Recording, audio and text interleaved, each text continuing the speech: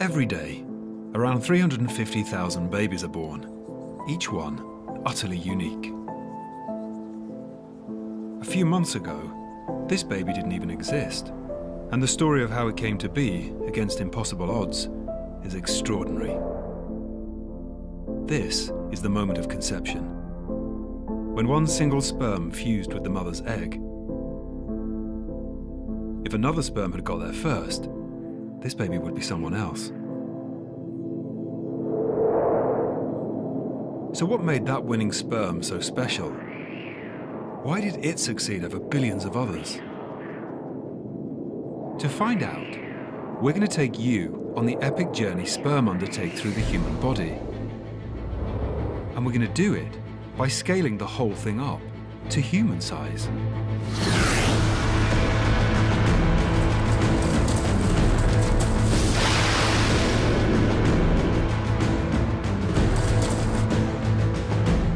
For the first time, we'll be able to appreciate just what an extraordinary journey sperm face as they try to reach the egg.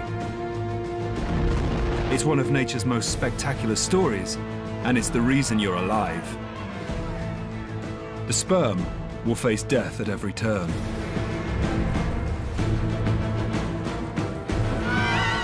There is no going back,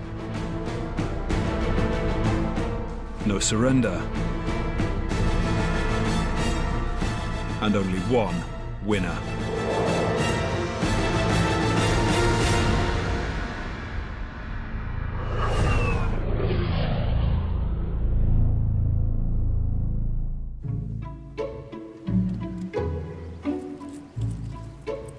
Meet Glenn. Like most average men, Glenn has no idea about the miracle of engineering, tucked away in his pants.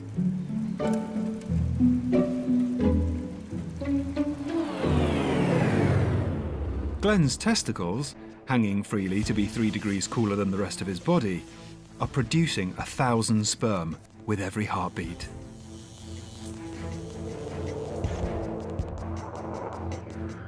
And it's this tiny world of frenetic activity that fascinates the world of reproductive science.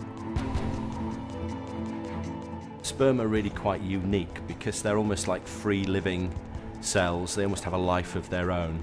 They have but one aim, which is to deliver a genetic payload from the male to the female through a really quite complex series of environments, both in the male and the female reproductive tracts. Sperm move all over the place, and they like certain things, they don't like certain things. They're very smart little creatures in a way, and they're a lot of fun to watch in the Petri dish because they're constantly in motion. And the fact that it's occurring at the microscopic level means that as scientists we have a great deal of difficulty in studying it and observing it. A sperm is just 1/500th of a millimetre long. So to make things easier, Dr. Alan Pacey and a team of experts have agreed to help us scale up them and their world 34,000 times. Along the way, they'll give us practical advice on how to give sperm the best chance of reaching the egg, or what kind of sex to have and when to have it, to maximise the chances of conception. The first thing we asked our experts was quite simple. In our people-sized sperm world, what would a testicle be like? The testicle is a roundish, kind of oblong structure. If we cut it in half, we cut thin layers through it and looked at it down a microscope, we would see a series of tubules that you might liken to floors of a building. If we were to take a sperm and scale it up to man size, you would have to find a building that was about 1,000 metres cubed, 1,000 metres by 1,000 metres by 1,000 metres.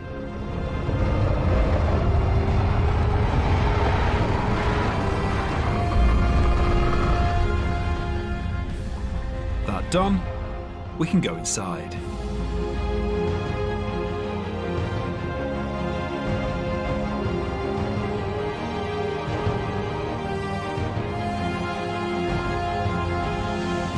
Waiting in our giant testicle, an army of freshly created sperm.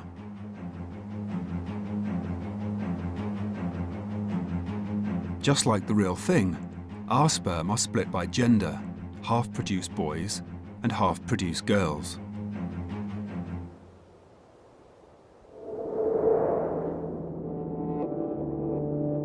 The information needed to determine the sex of a baby is stored in a sperm's head. Here, we find their genetic package, 23 chromosomes of DNA, including the key gender chromosome, either X for a girl or Y for a boy. Situated just below the head, an engine of energy-producing mitochondria that propels the sperm's mighty tail through the female body.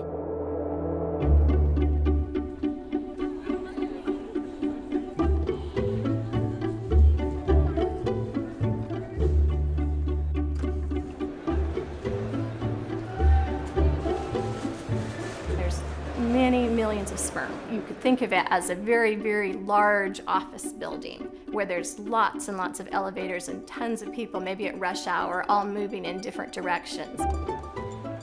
X and Y sperm are produced in almost equal numbers. Boys are thought to be faster, but the girls live longer.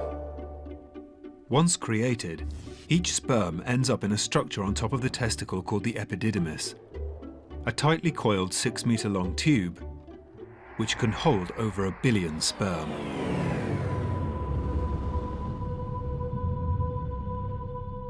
Imagine being crammed into a dark, winding, 200-mile pipeline with no idea when or if you'll ever get out. It's here, with no inkling of the horrors to come, our sperm must wait.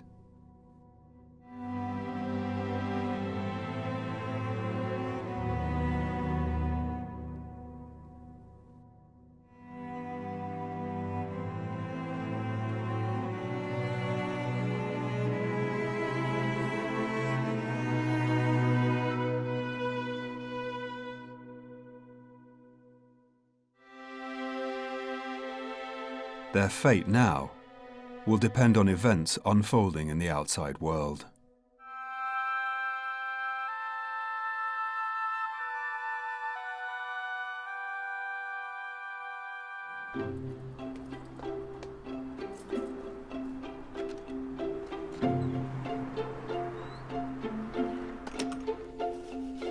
In contrast to the billions of sperm produced continuously in Glenn's body, a woman, like Emily, will produce just 1 egg per month. Reaching it won't be easy. The battle that sperm have in order to find and fertilise an egg is just immense. Everything is working against sperm. They're not really given a helping hand by the female reproductive tract. You've got hundreds of millions of cells that are swimming wildly about. You've got a lot of death. You've got a lot of obstacles to overcome. They've got to make their way through a complex series of environments in a kind of warfare. It is warfare. So if conception is a war, this is the theatre of operations. From a sperm's point of view, landing in Emily's vagina is like D-Day. Their first objective, whilst under non-stop attack from the female immune system, is to reach a tiny opening high above them at the back of the vagina. From here, they can enter the cervix. The terrain in the cervix is completely different. This is a dark, treacherous maze of uncharted tunnels. The sperm will need to find a way through to the uterus. One wrong turn, and it's a slow, lonely death. In the uterus, Glenn's sperm will be looking for a doorway just a few sperm head wide in a vast, sterile area, where once again, Emily's elite defense force will be waiting to take them out. Then it's on to meet the egg. Timing is everything. Get there a moment too early, or too late, and you're doomed.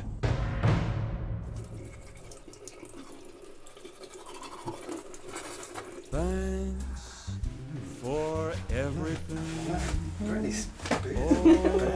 All of those special things, the stolen moments shared when we were unprepared for anything. Walking in the park, that sudden summer storm, you grabbing my hand. Stumbling in the dark and wondering where's the warm. Glenn's sperm are just seconds away from participating in one of the most enjoyable experiences the human body has to offer.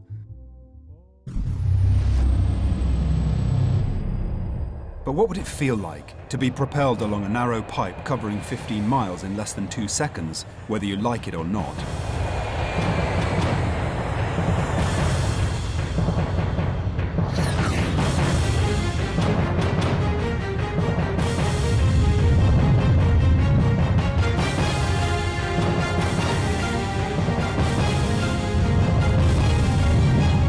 For each individual sperm, this is a wet and wild, high-speed, one-way ticket to oblivion.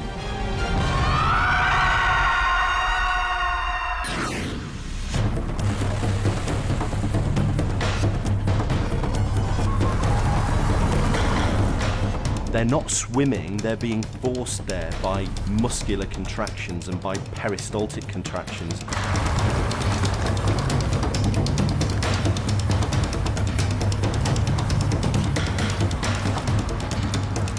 From the point of view of the man, it's a very pleasurable experience.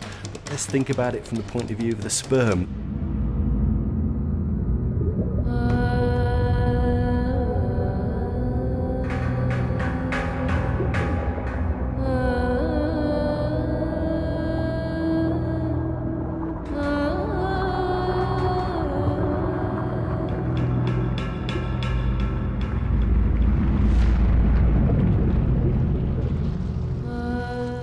250 million genetic couriers are about to invade Emily's body.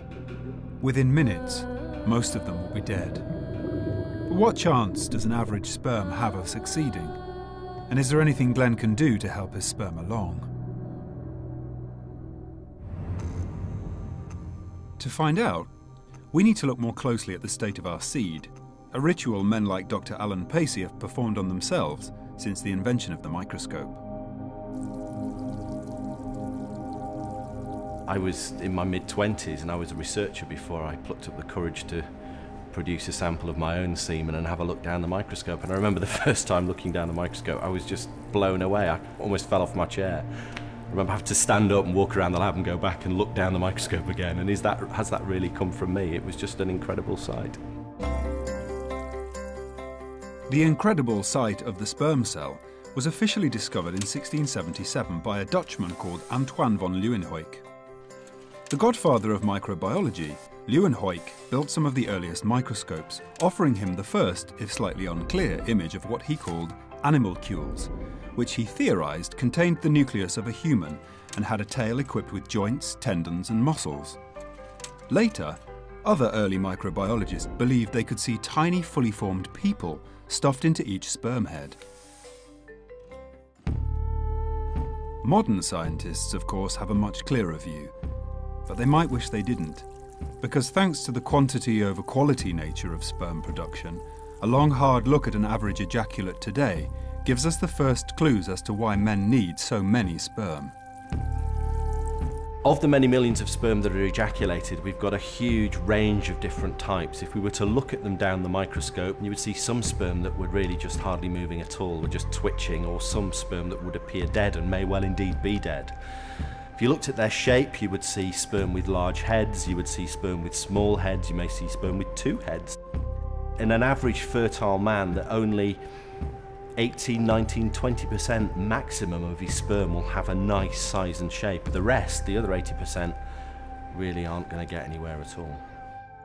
To succeed in the race, sperm must be as fresh and numerous as possible. Any old ones won't make it past the starting blocks, and as they decay, they will release substances that can actually harm younger sperm. What is inappropriate is the fact that the man may be denied by his wife from ejaculating for 3 weeks prior to the fertile window in this bizarre thought that they're going to be super sperm and huge numbers of them. That would be the wrong thing to do. So, is the right thing to do to ejaculate as often as possible? Apparently not. If a man is ejaculating too frequently, then the sperm production process and the sperm stores simply won't contain enough sperm. So just how regularly should a couple have sex to make sure his sperm are match fit? If a couple is having intercourse every 2 or 3 days throughout the month, then they will hit the fertile window at some point, and their probability of conception is probably as good as it could be. Now, ready or not, Glenn's sperm begin their quest for conception in the vagina. Their objective, to find the entrance to the cervix high above them at the vagina's farthest reaches.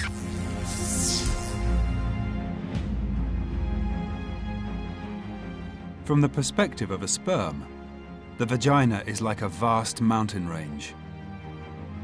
It's an enormous and awe-inspiring place.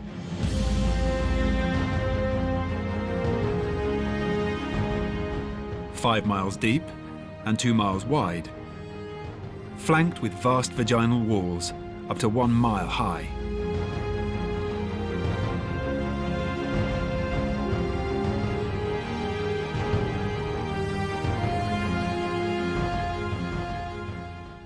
Leaving the thick semen armor that protected them for landing, it's time for Glenn's sperm to make a break for the cervix.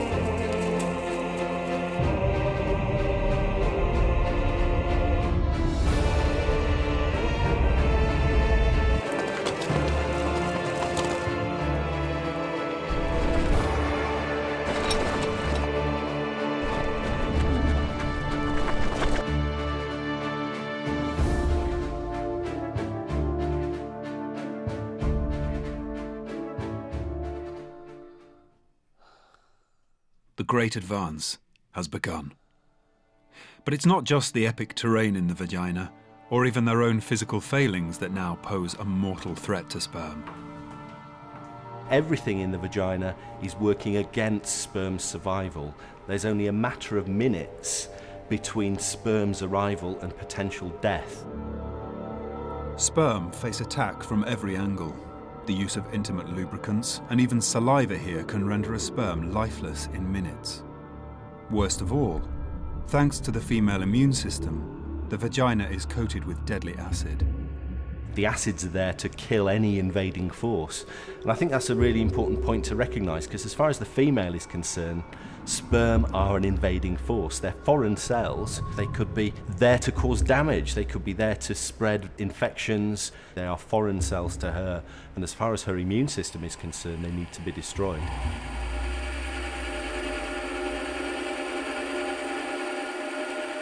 Within 30 minutes of entering a vagina, over 99% of sperm will be dead or dying.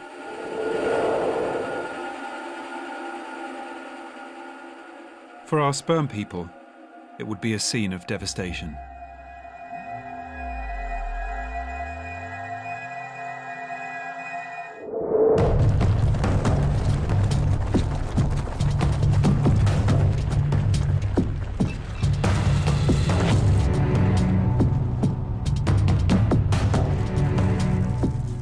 A few million survivors press on into the dark side of the vagina.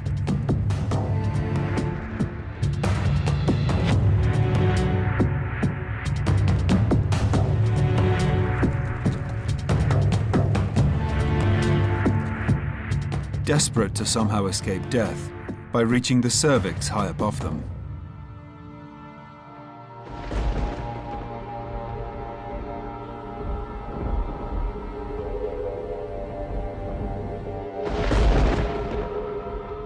But the entrance is out of reach. Now, to avoid total annihilation, Emily's body needs to come to the rescue. Emily is approaching ovulation, a process that causes estrogen to surge through her body, softening the hard mucus that usually seals her cervix for the rest of the month from anything nasty. This cervical mucus will drip into the vagina, offering Glenn's fittest sperm a lifeline into the next stage of the race.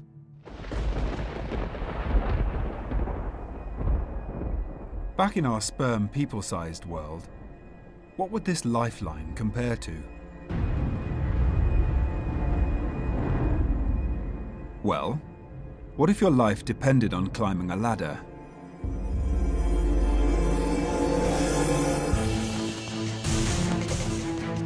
A ladder stretching over a mile into the sky.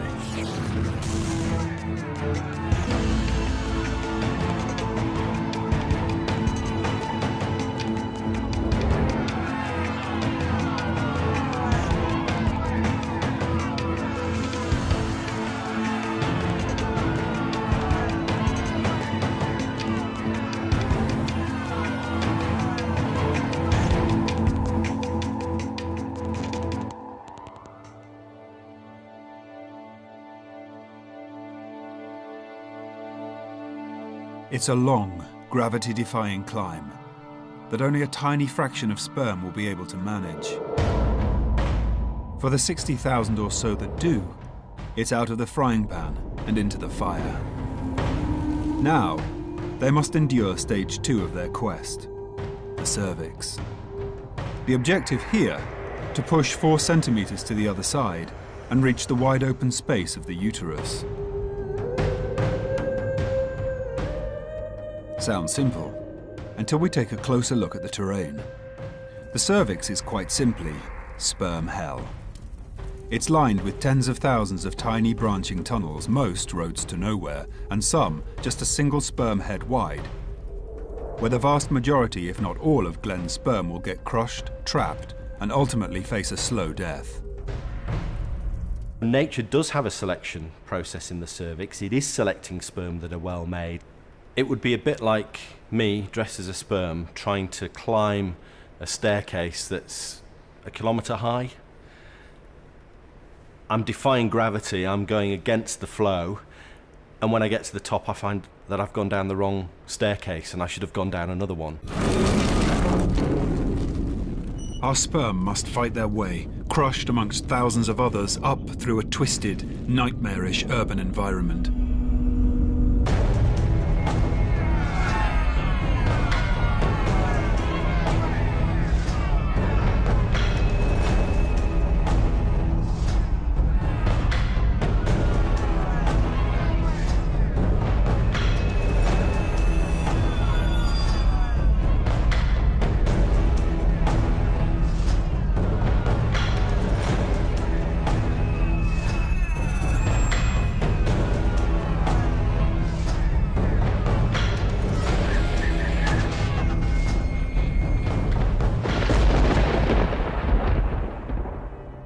Only 1% of sperm that make it into the cervix have any chance of making it out alive.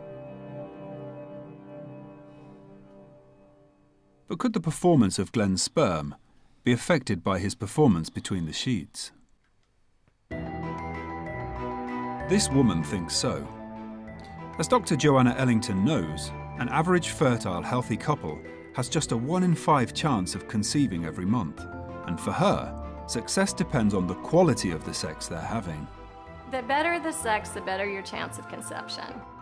One of the things that a lot of men don't realize is that the more excited they are, the further back in the testicle they're going to draw on reserves. So if you have what I like to call gourmet sex, where you really spend time and you really make it fun for both partners, that is going to make the man more excited, more stimulated, and he's going to ejaculate more sperm, and they're healthier sperm. Nice theories. But today's cutting-edge research suggests female orgasm could play an even more vital and proactive role in aiding the sperm's journey. 19th century evolutionary psychologists believed the purpose of female orgasm was to keep a woman lying down longer after sex, keeping sperm in the body and increasing her probability of conception. More recently, it's been suggested the female orgasm evolved to create a stronger bond between lovers, increasing the chances of the couple staying together after a child is born. Nice theories. But there's never been any actual evidence to support the idea that female orgasm had any functional relevance whatsoever. Until now. I happen to be a fan of female orgasm myself, and that's from a physiologic standpoint as well as a personal one. What happens during female orgasm is the pH in the vagina actually is elevated some. There's some changes in the ion concentration, and there are contractions that help pull the sperm up into the female's body. Some people mistakenly think that female orgasm is bad for conception, and there's certainly no evidence of that. In fact, the evidence would suggest that it's a good thing to have.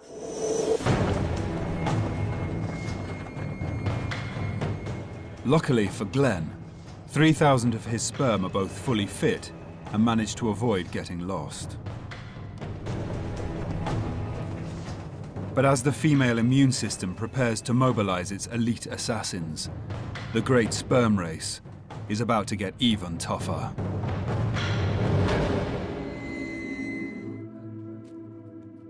Inside an unsuspecting woman, the great sperm race is underway. Our army of sperm, unstoppable by sheer force of numbers, have fought their way through the mountainous terrain of the vagina and squeezed through the tight passageways of the cervix.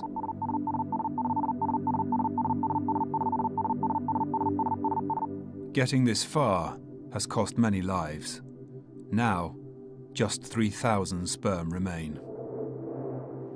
The adventure continues, thanks largely to the fact that Emily is ovulating. So is it a coincidence this couple had sex at the perfect moment during her most fertile and sperm-friendly monthly period?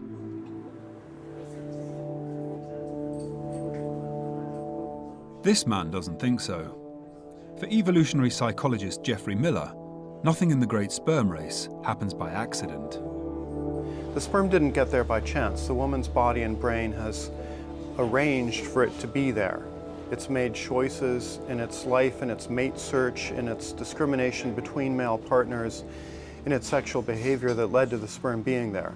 Female choice runs evolution, largely. Unlike men, who can produce millions of sperm every day, women are born with all the eggs they will ever have, about 1 million. By menopause, that number has fallen to 0, making them the most important commodity in the natural world. A fertile egg from a healthy, intelligent egg donor costs about $30,000 on the open market. If you take the size of the egg, that adds out to about $1,000 trillion per pound. So even in strictly economic terms, a fertile egg is rare, it's special, it's valuable. Each egg is made even more precious because one will appear for just a few days per month. Many female animals make the most of ovulation by experiencing estrus, where their physical appearance, scent, and behavior will change to advertise their fertility. Geoffrey Miller believes women do the same thing. It used to be thought that humans uniquely lost estrus, that human females don't go into estrus when they ovulate, that somehow we have this pair bond that trumps estrus. But in fact, the new research is showing human females do go through estrus. It serves exactly the same functions that it does for other mammals. All the same hormones, all the same psychology is still right there under the surface of human culture. So could women effectively go on heat every month? Could their reproductive systems be unconsciously controlling their actions and men's responses? Miller believes so, and to prove it, he and his team at the University of New Mexico have carried out some extraordinary research at a gentleman's club.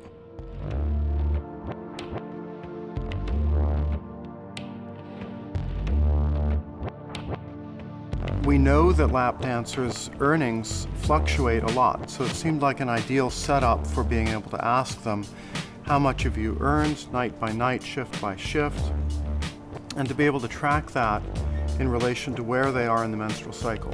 And we thought that was a pretty cool way of quantifying female attractiveness to males. The dancers provided Miller's team with information about their earnings and menstrual cycles over a period of 300 work shifts, the equivalent of about 5,000 lap dances for their male customers. The results were surprisingly strong. I was amazed at how strong the effects were, that the women in estrus were earning about twice as much as they were earning when they were menstruating. If you're ovulating, you're a lot more attractive to men. You're earning higher tips, you're getting called over for more lap dances. Miller's research suggests a link between female ovulation and attractiveness to men. But if women are unconsciously controlling men's actions once a month, what actually happens?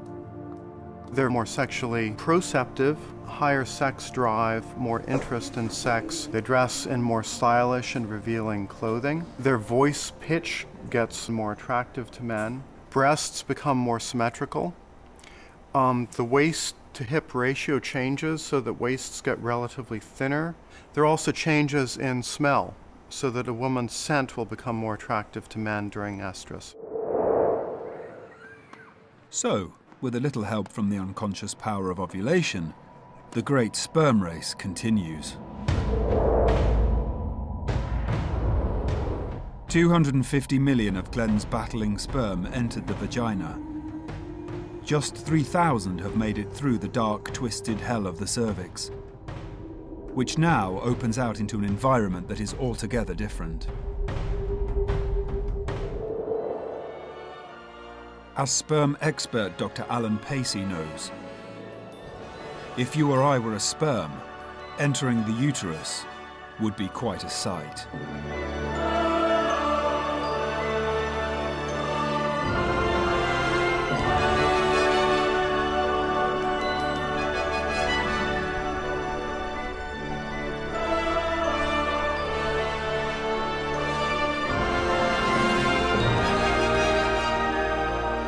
From a sperm's point of view, the uterus represents a vast plain across which they have to navigate and find at the other end actually quite a tiny opening that will lead them through to the fallopian tubes. Scaled up to sperm people size, the uterus becomes a large area of open countryside, 2 miles long and around half a mile wide.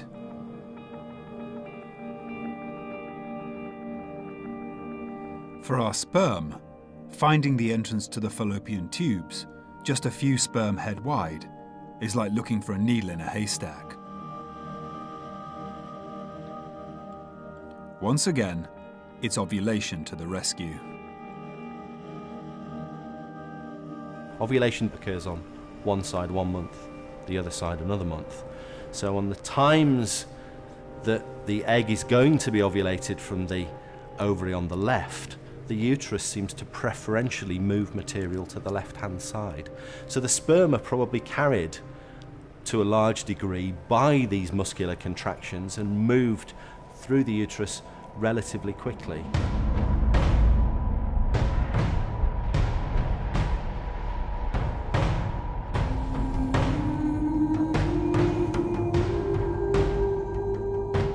But on this journey, nothing is ever that easy.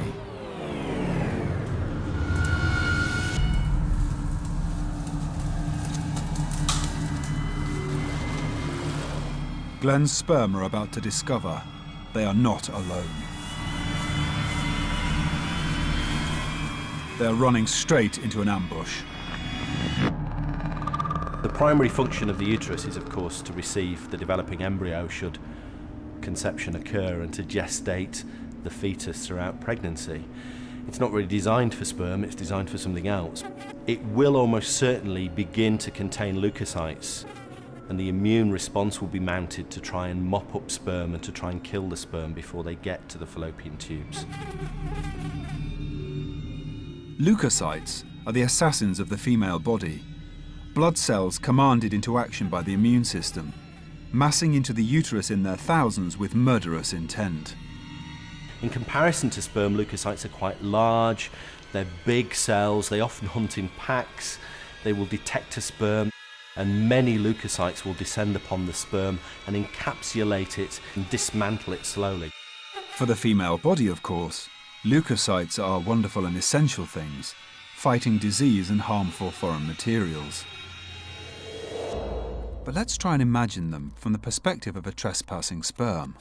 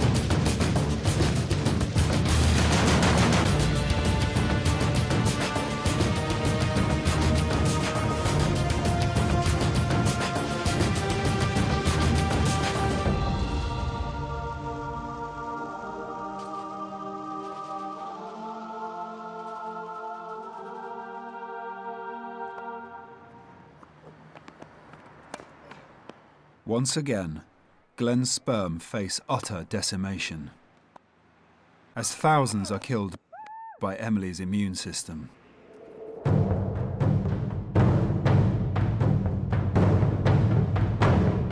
Just a few dozen lucky ones reach the entrance to the fallopian tubes, only to find there is a strict door policy. Sperm have to display the correct swimming characteristics in order to get through that uterotubal junction. And any sperm expressing a very random form of motion is probably excluded. There's also potentially a molecular recognition system there, so only sperm that are expressing the right molecules actually are allowed through.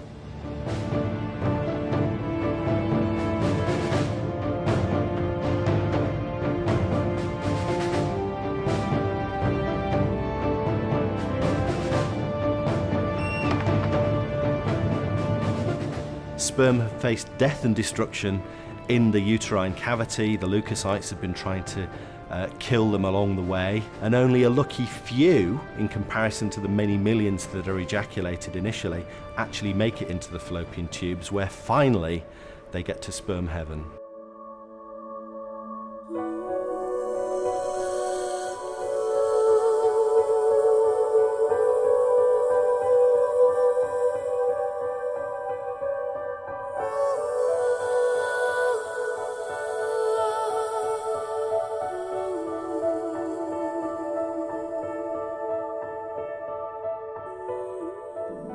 Welcome to one of Emily's fallopian tubes. 10 centimeters of what can only be described as paradise for sperm.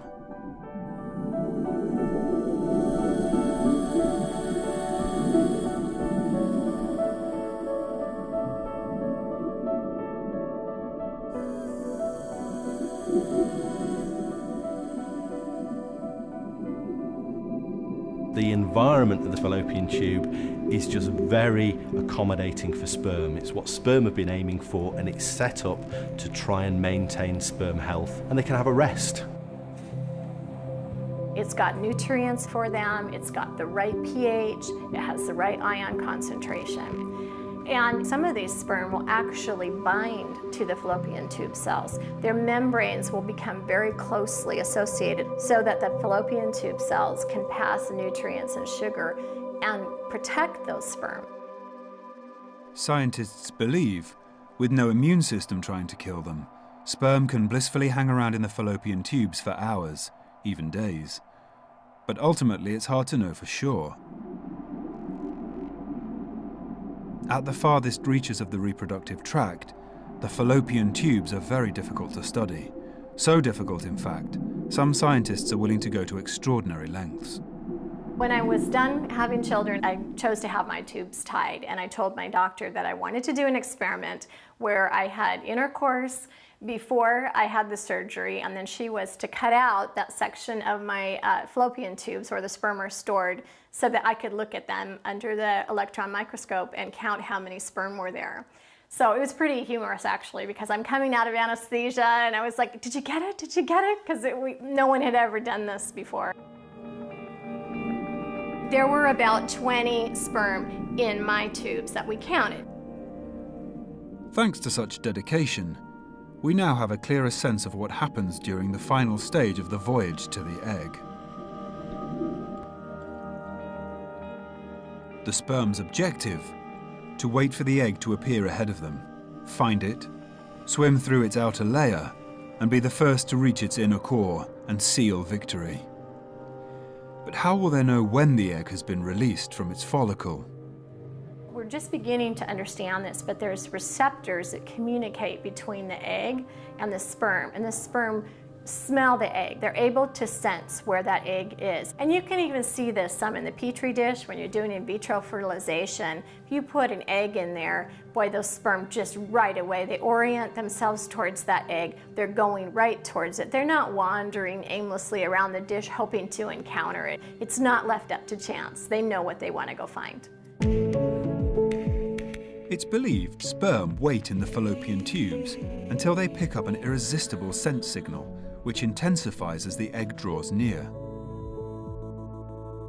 One study has shown the scent attracting the sperm smells just like lily-of-the-valley perfume. The egg basically lays out a red carpet and asks the sperm, this way, this is where you want to go, this is the end of your journey. So instead of swimming backwards into the uterus, they head straight up that fallopian tube, right to the egg, and that's how that final step of the sperm race is won.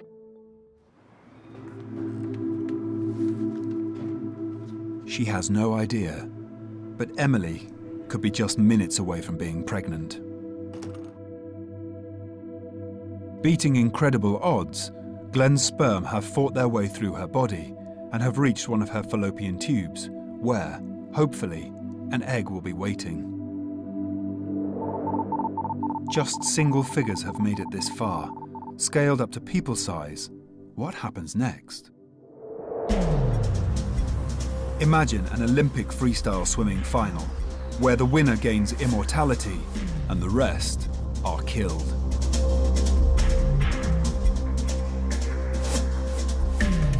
Scent signals released during ovulation will make the sperm hyperactive, giving them the ability to actually fertilize the egg, shedding layers of proteins in a process called capacitation.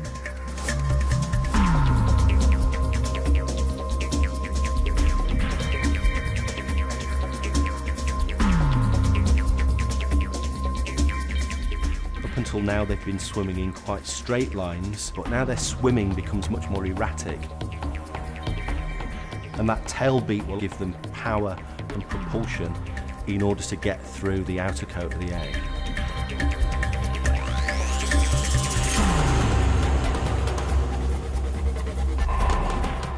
All of a sudden, they are 100% on target.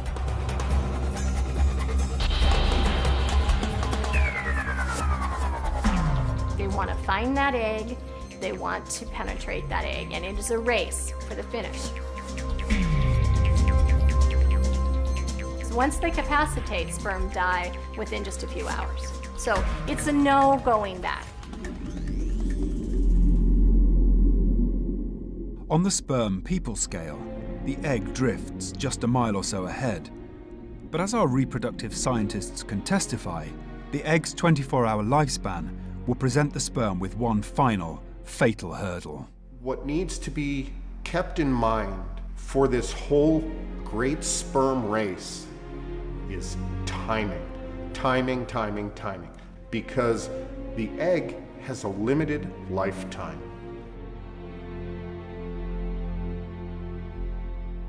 What if the egg arrives a little earlier? Well, you want some sperm to be able to capacitate relatively early. What if that egg comes maybe a few hours from now or another day? Well, you don't want all of the sperm to be capacitated right at the beginning because then they're going to die.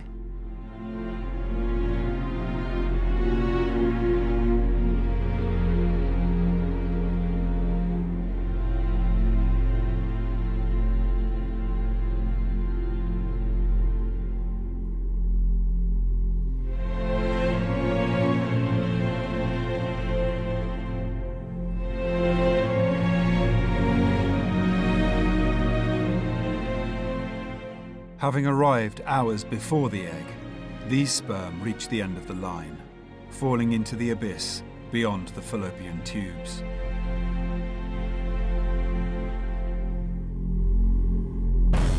Behind them, just 2 heroic sperm remain, all that survives of 250 million. These two, a Y chromosome-bearing male sperm and an X chromosome female, left Glenn's testicles 14 hours ago.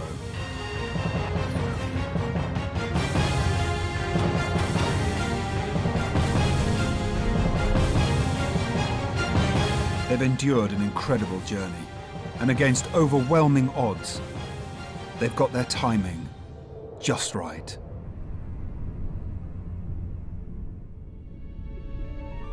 At the farthest reaches of Emily's reproductive system, the egg is waiting.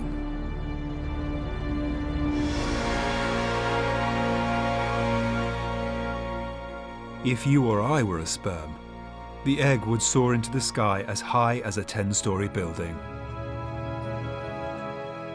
During the great sperm race, there's been this great attrition of sperm from the point of ejaculation through to the fallopian tube. Actually, at the site of fertilization, when the egg is being fertilized, there may only be 1 sperm, there may be 2 or 3, but only very few sperm are actually fighting for that final prize.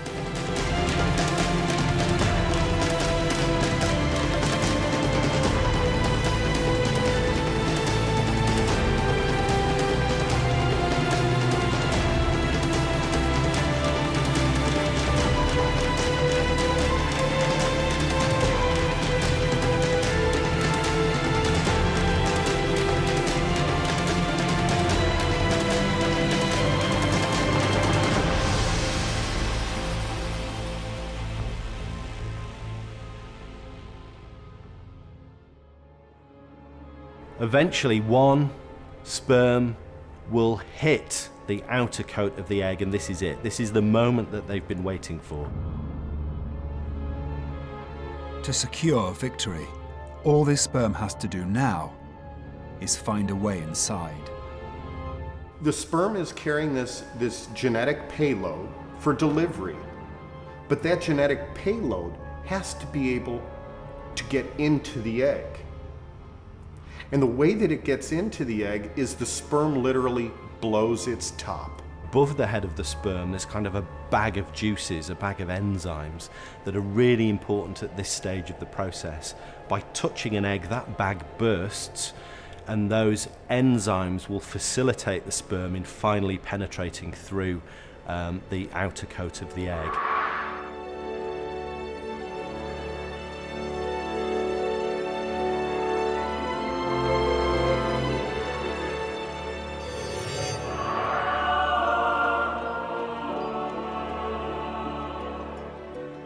The great sperm race has been won.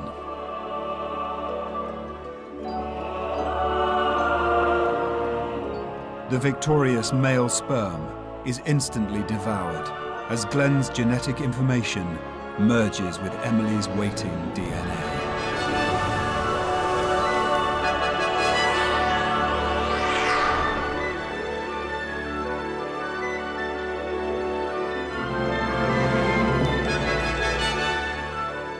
So you get this elegant dance of male chromosomes and female chromosomes coming together, which will officially announce the fact that that egg is fertilized and that new life has been created and development of a new individual has started.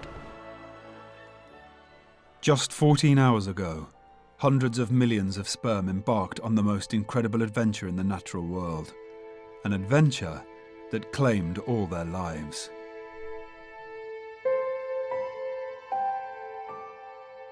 So what made that winning sperm special? Why did it succeed over billions of others? When you think about the odds that any single one of us are here right now, compared to the hundreds and millions of other sperm that in that ejaculate were left behind, there could have been smarter offspring, handsomer, more athletic, better in every way, ones that just didn't make it because they either weren't in the right place at the right time, or they just didn't find their way through the cervix or the uterotubal junction, or maybe they capacitated a little too early before the egg got there, or maybe they were a little too late to capacitate. So there's just a lot of luck involved with it, as well as to which sperm actually is able to fertilize.